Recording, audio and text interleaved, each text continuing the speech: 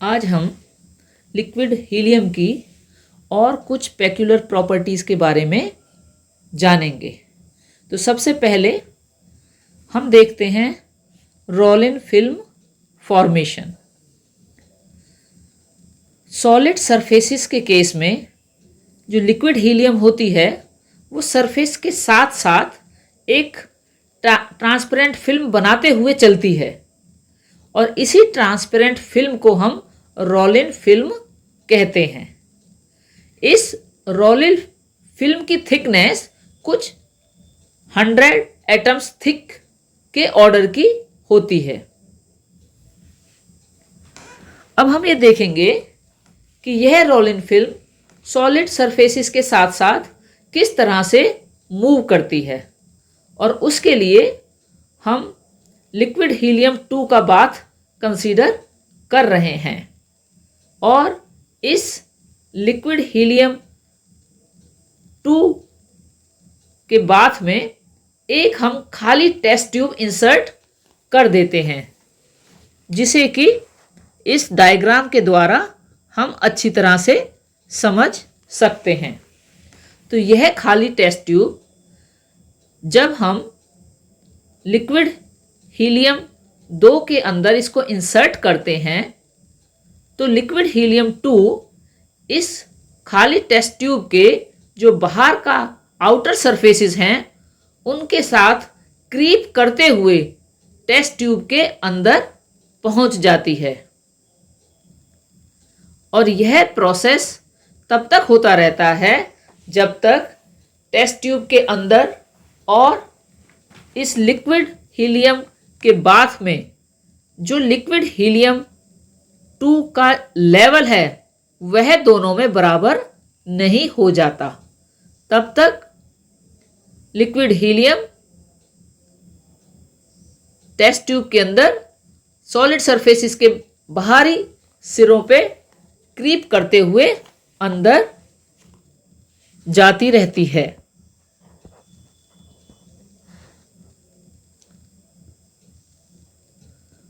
अब अगर हम पहले ही भरी हुई लिक्विड हीलियम 2 के द्वारा एक टेस्ट ट्यूब ले लेते हैं। पहले केस में जो टेस्ट ट्यूब थी वह खाली थी और उसको हमने लिक्विड हीलियम 2 में इंसर्ट कर दिया था। लेकिन अब हम क्या कर रहे हैं कि हमारे पास लिक्विड हीलियम 2 बाथ अभी भी है, लेकिन हम उसके अंदर एक लिक्विड हीलियम 2 से भरी हुई टेस्ट ट्यूब को इंसर्ट करते हैं और लिक्विड हीलियम 2 से भरी हुई जो टेस्ट ट्यूब है उसके अंदर जो लिक्विड हीलियम 2 का लेवल है वह ज़्यादा है in comparison to the level of liquid helium 2 bath. तो यहाँ क्या होता है, यहाँ जो लिक्विड हीलियम 2 टेस्ट ट्यूब के अंदर भरी हुई है वो टेस्ट ट्यूब के अंदर वाले सरफेसेस के साथ क्रीप करते हुए बाहर आ जाती है लिक्विड हीलियम के बाथ में।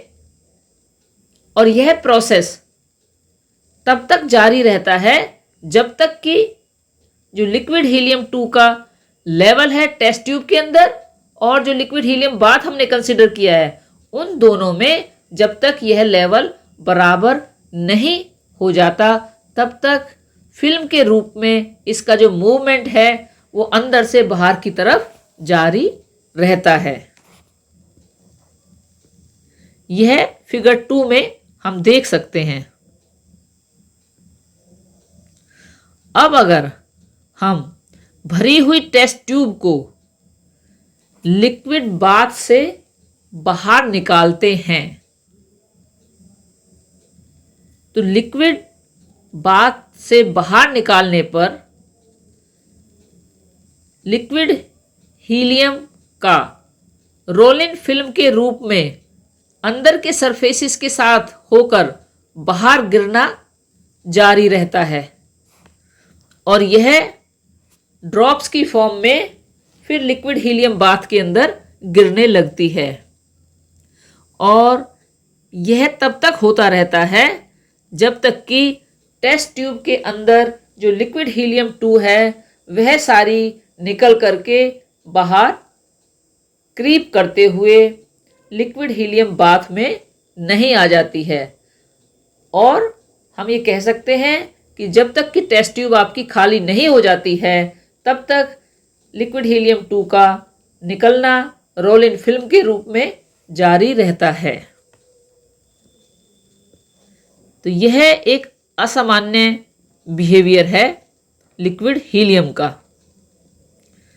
यह जो एक्सपेरिमेंट्स हैं ये सारे ये दर्शाते हैं कि जो rate of transfer of liquid helium 2 है that is not dependent on the difference of surface levels of the liquid and the nature of the surface। यानी वो सरफेस लेवल्स पे या फिर सरफेसिस के नेचर के ऊपर डिपेंड नहीं करता है, अपितु यह एंटायरली डिपेंड करता है on the temperature and area of the surface. यह उस सरफेस के तापमान और उसके एरिया के ऊपर डिपेंड करता है जिसके ऊपर ये फिल्म चलती है।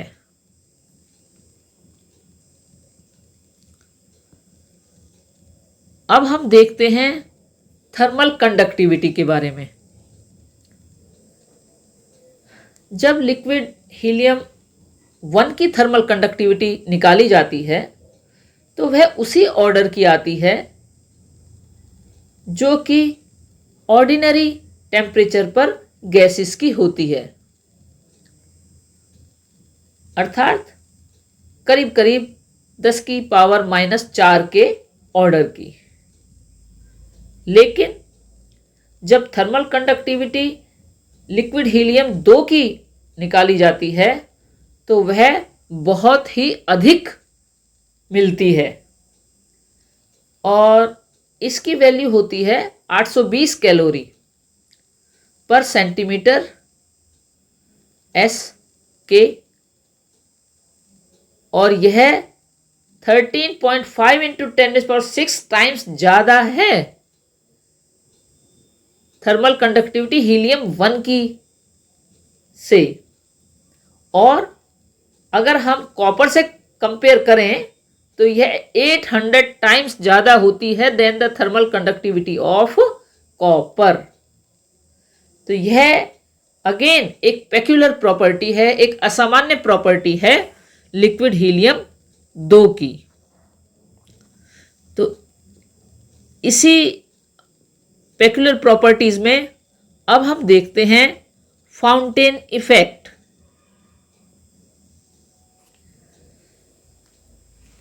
एलन और जोन्स ने 1938 में फाउंटेन इफेक्ट को डिस्कवर किया था।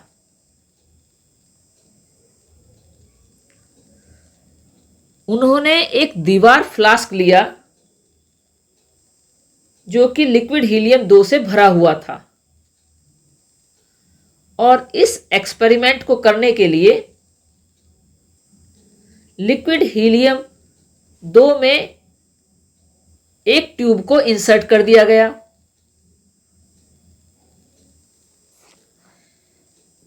ये जो ट्यूब है इसके दोनों ही सिरे खुले हुए हैं, लेकिन जो इसका ऊपर वाला पार्ट है वो कैपिलरी की फॉर्म में है और जो इसका नीचे वाला पार्ट है उसमें बहुत फाइन एमरी पाउडर भरा जाता है। इसे हम डायग्राम में देख सकते हैं।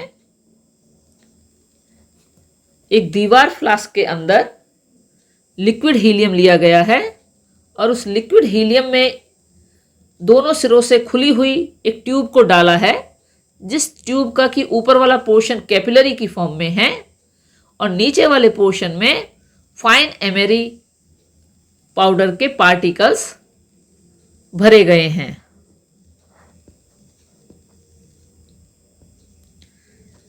इसके अंदर जो एमरी पाउडर भरा गया है उसके पार्टिकल्स के बीच में फाइन पोर्स होते हैं और ये जो पोर्स हैं ये पोर्स भी कैपिलरीज बनाते हैं।